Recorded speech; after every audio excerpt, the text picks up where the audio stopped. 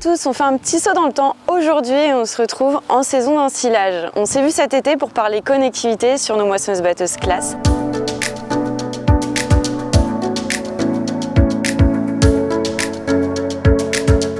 Quand on parle de connectivité, on va bien évidemment parler système de guidage et les systèmes de guidage sont bien connus pour délester nos chauffeurs de la fatigue et leur apporter plus de confort. Sur nos gammes de Jaguar, on va avoir trois types de systèmes de guidage.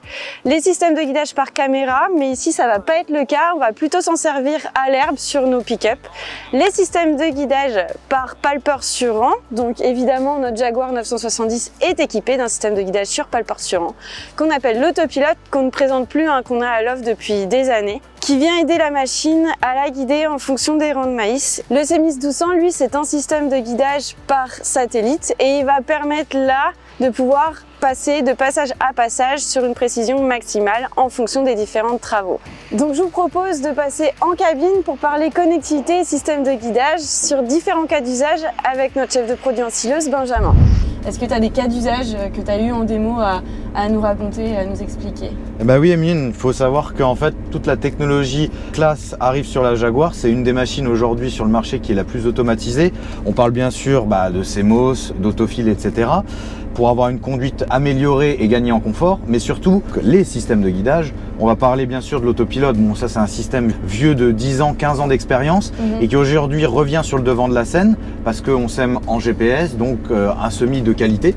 Mais si jamais on rencontre des conditions où l'interrang est très variable, donc mauvaise qualité de semis ou même des cultures style Sylphy, sorgho, là je vais dire les moustaches nous sont moins utiles et marchent un peu moins bien et c'est pour ça qu'on a le GPS. Donc aujourd'hui avec le CEMIS, et on le voit bien ici sur la cartographie, on n'a pas de surcoloriage. Pourquoi? Parce que ici l'Orbis 900 est découpé en 32 sections. Donc la machine vient couper automatiquement toutes les sections pour avoir la surface la plus juste. Qui dit surface la plus juste, dit consommation exacte, bref, toutes les valeurs et même leur rotor passé dans la parcelle est exact.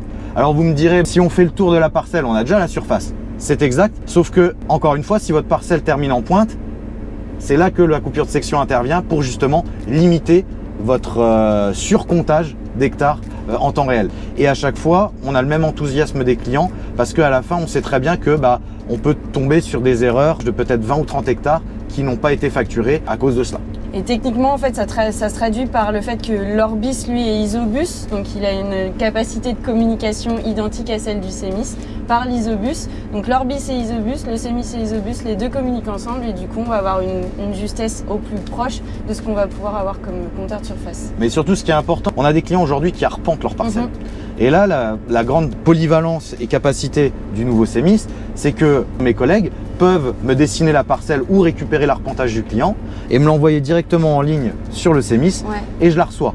Et une fois que j'ai fini surtout la parcelle, c'est là que c'est le plus intéressant, c'est que je clôture mon chantier et je le renvoie avec du coup la carto de rendement directement sur le bureau de l'entrepreneur. Alors là, ça se traduit pas forcément au maïs, mais à l'herbe par exemple, quand derrière on va avoir le groupe de fauche, là pareil, on peut envoyer les lignes d'une machine classe à une autre en ligne, d'un CEMIS à un autre, et derrière les machines récupèrent les mêmes lignes, passage à passage, on a exactement la même précision.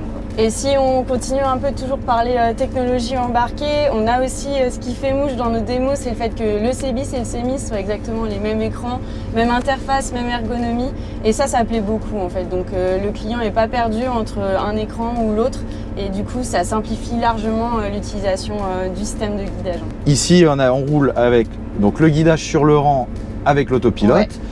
On va remplir les bennes en automatique, sur le côté ou le détourage. Et on va avancer au CMOS. On va faire une gestion intelligente du moteur pour réguler la puissance et donc réguler aussi la consommation tout en maximisant la vitesse moteur et donc un couple stable, vitesse moteur stable pour une qualité de travail optimale.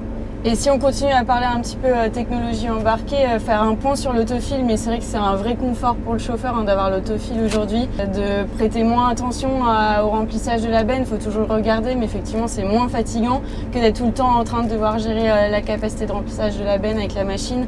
Là effectivement cet automatisme-là, il permet vraiment d'avoir un peu plus de repos et de tranquillité au chauffeur de l'ensemble. C'est l'option qui fait mouche à chaque démo, pour être franc, et c'est pour ça que j'incite les clients à venir détourer avec cette machine. machine pour leur montrer justement les capacités de cet autofil et qui permet vraiment de se concentrer sur le bec. Des fois c'est se met à ras de la clôture ou des fois il y a une souche ou quand bien même il y a du maïs versé, on est focus quand même sur ce qui se passe sur le bec et la goulotte entre guillemets se débrouille toute seule. Et ça aujourd'hui, plus de 70% des machines sur le marché français en sont équipées. Et je dirais pour terminer en fait sur la partie guidage et automatisme, ce qu'on valorise aussi aujourd'hui, c'est qu'effectivement si on est sur une précision RTK, on va se resservir des lignes de passage à passage d'un chantier à un autre.